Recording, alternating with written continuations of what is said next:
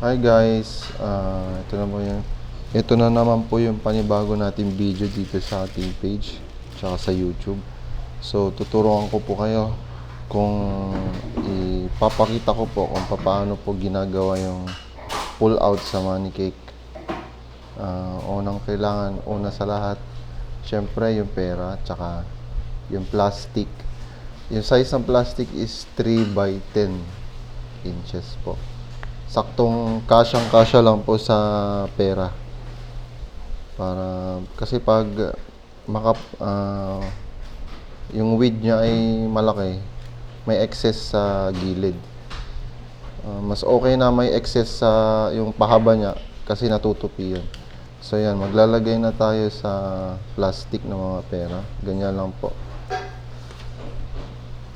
Siyempre kailangan din po yung tape para mamaya magte-tape tayo.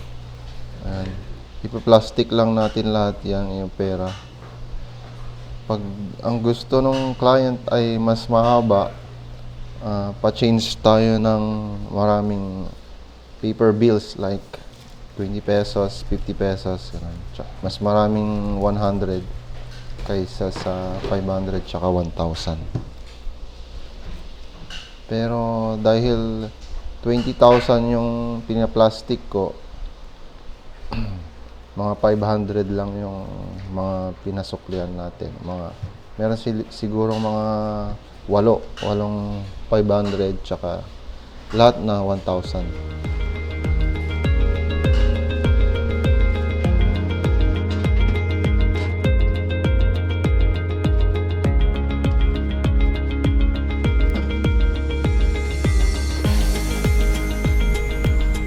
Ayan, tapos na natin i-plastic lahat, 500 tsaka 1,000.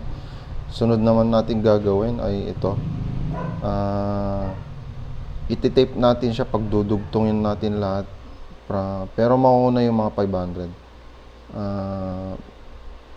Pero bago po yan, dahil may excess po yung pahaba niya, pa-plastic ulit natin.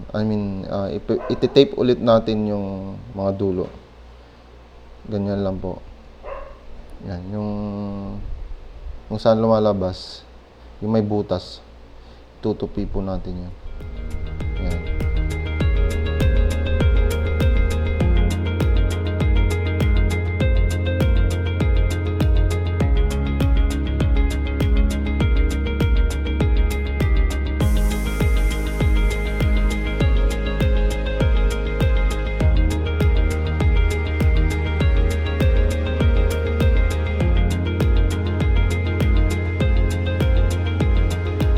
Tapos na po natin i-tape lahat yung mga dulo. Next naman, ito na nga po yung sinasabi ko na pagdudugtungin natin. Pero mauna po yung 500. Unahin natin yung 500 pagdudugtungin, ganyan. Hindi magbabali-baliktad Ganyan. Magkakasunod-sunod.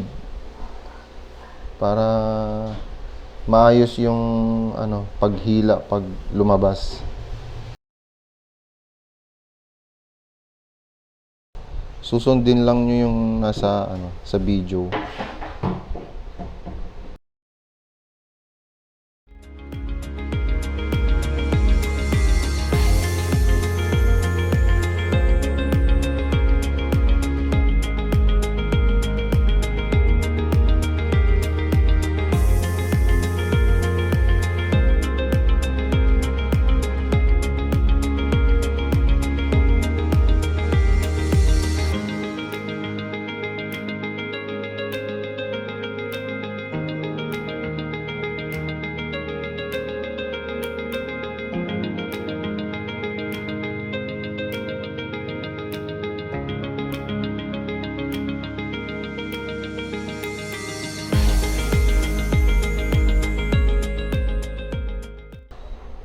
Tapos po, 'di ba, na-tapean na natin siya ng pinagdugtong natin.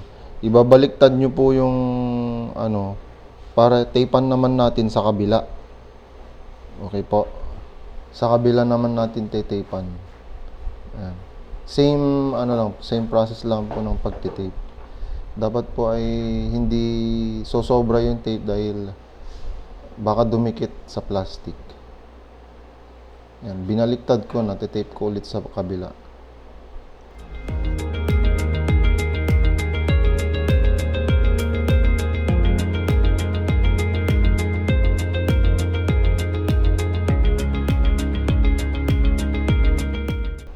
So ayan, tapos na natin i-tape lahat. I-plastic. Ngayon, sa dulo ng pinaka lower bill, ilalagay natin. Syempre ang unang lalabas yung lower bill. Surprise nga eh. So, yung plastic ng pan, alam niyo yung straw ng Pancham, pero may nabibili pong ganyan sa market. Tag 25 pesos. Bali, parang 50 pieces ata yun. Mura lang naman po. So, bili na lang po kayo. Para siyang straw ng Pancham. Puti. Kahit transparent, okay lang po.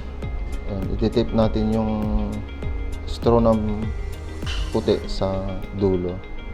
Para yan po yung hihilahin niya mamaya. Hihilahin nung mag-birthday. Kasi dyan po natin ididikit yung dedication. Ayan, i-tape lang po natin ng maayos para pag hinila, hindi matatanggal yung straw. Mabibitin yung paghugot. Ayan, sa pinakamataas na bill naman sa baba, ito na yung i-roll natin. Gagamit tayo ng black straw.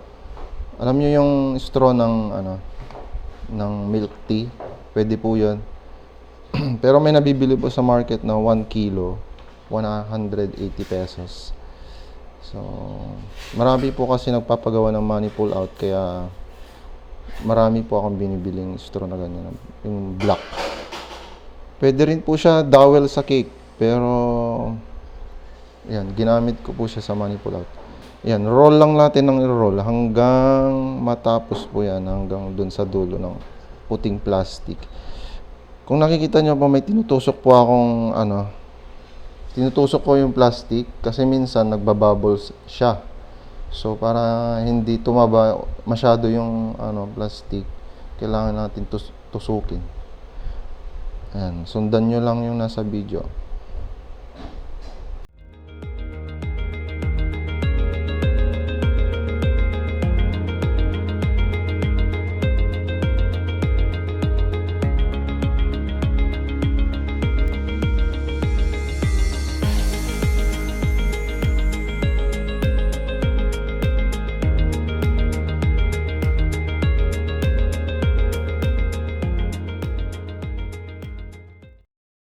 Okay, ayan, tapos na.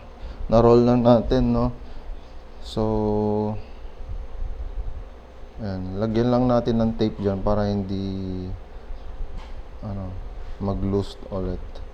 Baka matanggal. Ayan, bumitaw. So, lalagyan na ng plastic doon. Ayan, may yung pinapakita ko na ginugulong ko pa ganun daw. Ayan po, tips ko po sa mga gumagawa ng money pull out. Huwag nyo pong dapat maluwag po yung straw. Huwag yung ayan, maluwag po dapat yung straw, dahil kung hindi maluwag, hindi po mahihila ng maayos yung money pull out.